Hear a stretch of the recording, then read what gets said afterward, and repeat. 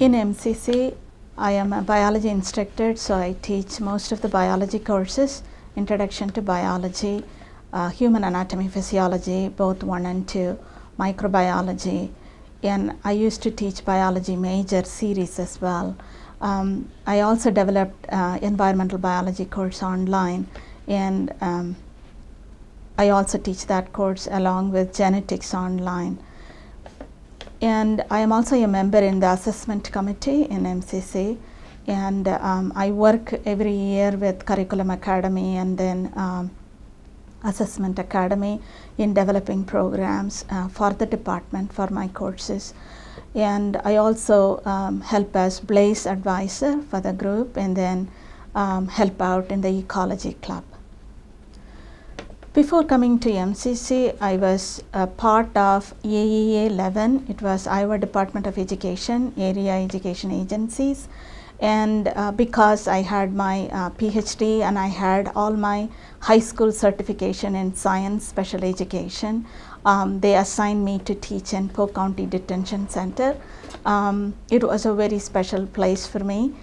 They give me 8 students, both high school and some of the students with going through DMAC, Des Moines Area Community College. So I teach them. It's like an individual teaching method, and most of them with any kind of a subject they need to qualify, graduate requirement, something like that. I am originally from South India and from a state, Tamil Nadu. And as you know, we follow British education because British colonized India. So we used to do our state language and English at the same time, specifically British English. So I have to teach in both languages at the same time to help all the students in the same level of education. And my basic education, I have a bachelor in education, bachelor's in science.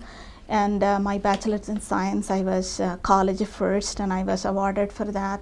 And then I have 3 masters, and 1 is science, and that I came university first, so I was given gold medal for that, outstanding student of the year award. And then I have a master's in public administration, and I have a master's, a special master's in philosophy. I specialized in a medical institute in endocrinology and pathophysiology, specifically focusing on cancer. And then I wanted to specialize in cancer research. That's what I was looking for. But in the community, there was a need because in India, there were many children dying with rheumatic fever and rheumatic heart diseases. So the local hospital asked for somebody who will volunteer to be the part of the project. And 50 years it was a failure project all over the world. They couldn't develop a vaccine, identify an animal model. It was a continuous failure. So I kind of thought, why don't I give a chance? But it is not my field, but they said I can learn. I was chosen for that project, and from the cardiology department.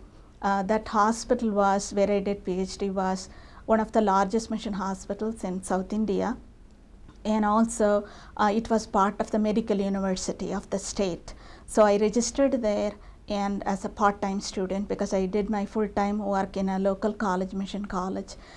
It was over 100 years old, college developed by Reformed missionaries when British ruled India. And I taught both UG classes, PG classes, and I was also a research supervisor after my PhD, for my PhD students. I identified that coming to teaching, that I do very well because it comes so naturally to me, and I know that teaching is my talent. And interestingly, I found out when my first grade teacher, the teacher I told you, she also did help me in the 2nd grade as well. She used to put a large wooden box where she kept all the arts and crafts stuff, put it in front of the blackboard. She'll give me a long stick, and then she'll put me there upon the board, and she'll ask me to teach the class. The thing was, I learned 1st grade book before I came to 1st grade because I was so interested in learning. My mom taught me everything, so I learned it.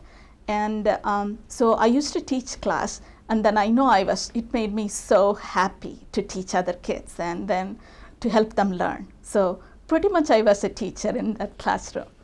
And then officially I started teaching in 1986, and then only in that 5 years, after moving to US, I was in healthcare administration for 5 years.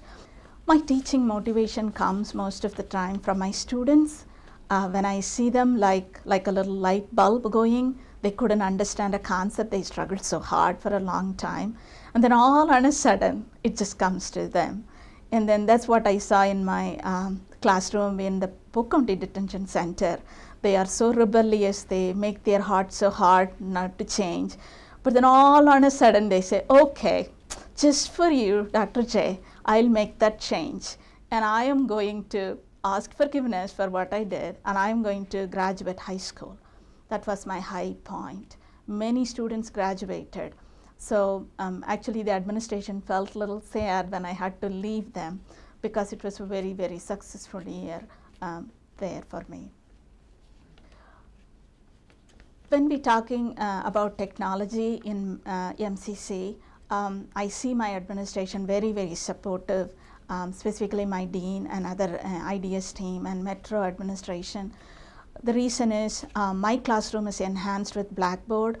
It saves me so much time in copying worksheets and then putting them out. We save paper, sustainability wise, we save energy. And all my classroom, I give all the handouts, activities online, so students have the ability to see them online before they come, so they are pretty much prepared for that. It's very, very helpful. And I also develop online courses for biology, and I collaborate with other faculty and colleagues in developing programs. And also technology wise, right now we have iPads in my classroom, so that's another interesting point of learning for my students. They are so excited, and we talk about so many new things, new trends in science and technology, new trends in higher education, and that helps me to prepare them for the needs of how the higher education is changing and the healthcare is changing to meet the demands, future demands. I know that it prepares them well. One thing I want to take away from the classroom is to remain as lifelong learners. Like when you finish school, they shouldn't think like, I am done with school. No, you learn every day. So I try to tell them that it's so important, the knowledge they can apply every day in life, and they can sharpen their skills from whatever they learn in each day. Not only their experience, but also involving in training and collaboration with others. They can learn every day. I tell them that makes them better, and it makes them successful wherever they are. My students, most of the time, they tell me that I'm very passionate about teaching and about them. They also tell that I care about them and support them. One interesting thing I notice in my classes, students who come to BioStenton Introductory Biology to me, they stay with me for AP1, AP2, then they stay with me for microbiology. So they always ask me whether I'm going to teach next quarter, when they have to come back, all this. And then most of them stay with environmental biology and genetics too. So I know that they like my teaching, and they know that they understand that I care about them, and I help them to succeed. And also many students, those who have gone out, they come back for reference letters for their jobs, and then also they come back for recommendation letters when they apply for schools and also for scholarships.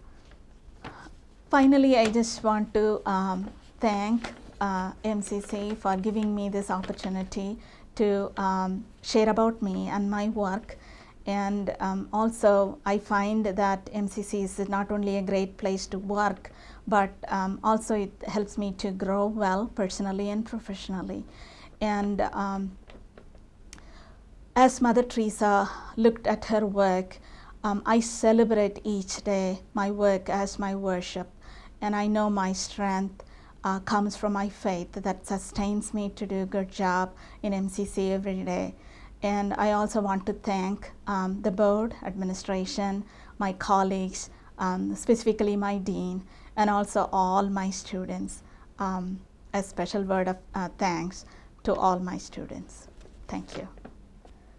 My name is Jeba Inbarasu, and I am a biology instructor in the Math and Natural Sciences Department at Metropolitan Community College, Omaha, Nebraska.